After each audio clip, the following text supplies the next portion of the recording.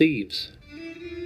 In the Middle Ages, when the king was feeling greedy and wanted to pay for a new mistress or grand new palace, he simply sent out his robber barons to steal half the herd of every local farmer, and if they complained, the robber barons would say the king needed to feed the army, or some similar excuse. That is how it was done then. But today, the ruling class face a different problem.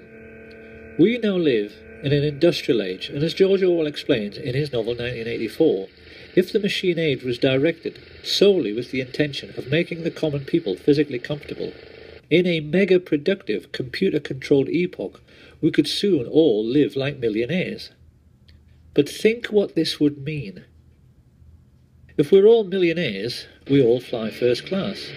So the king and the queen and the president have to wait in a queue with everyone else.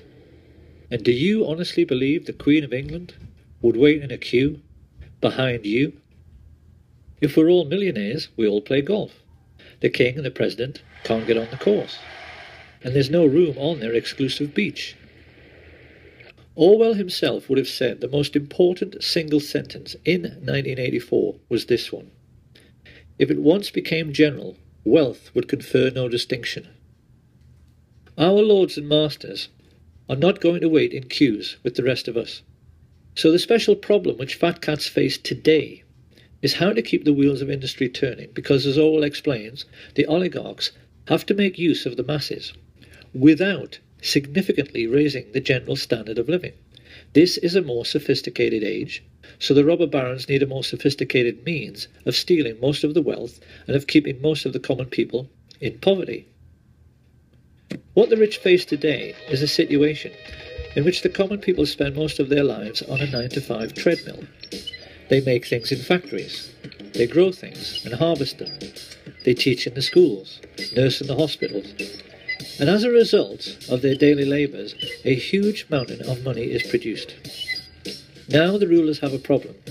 How can they keep the ordinary people hard at work so they're too exhausted at the end of every day to think about whether this is a fair system?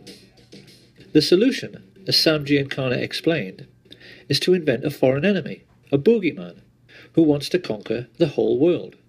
This becomes a perfect excuse to make people pay for a sophisticated array of increasingly expensive weapons which are made by companies which the fat cats themselves own. And in one neat little scam, the modern robber baron has a means of stealing most of the wealth produced by Western society while leaving the common people with just enough crumbs to keep them going. Every year, America's oligarchs take $3 trillion out of the United States economy. According to some estimates, we cannot track $2.3 trillion in transactions. $2.3 trillion with a T. That's $8,000 for every man, woman, and child in America. This is how the rich have rigged the system, so that it benefits them at the expense of everyone else all the time. But in order to keep this fraud going, the public must always be convinced of the need for military expenditure. This is where all the phony terrorism comes in. And if we want to find out who is behind this ongoing hoax, we only have to look at Securicom, the company in charge of World Trade Center security, who removed all guards and sniffer dogs from the buildings on September 10th, so that the charges which brought down the towers in controlled explosions could be planted.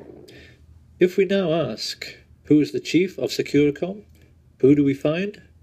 Marvin P. Bush, brother of George W. Bush, son of the man who orchestrated the plot to assassinate President Kennedy, and grandson of the man who made the family fortune from Auschwitz slave labour. The Bush family and their rich friends have been behind all of it. During his time as president, George W. Bush connived with Tony Blair to introduce a deliberate policy of allowing unbalanced and aggressive Muslims to flood into Western countries. They did this in the hope that they would commit atrocities in their adopted countries.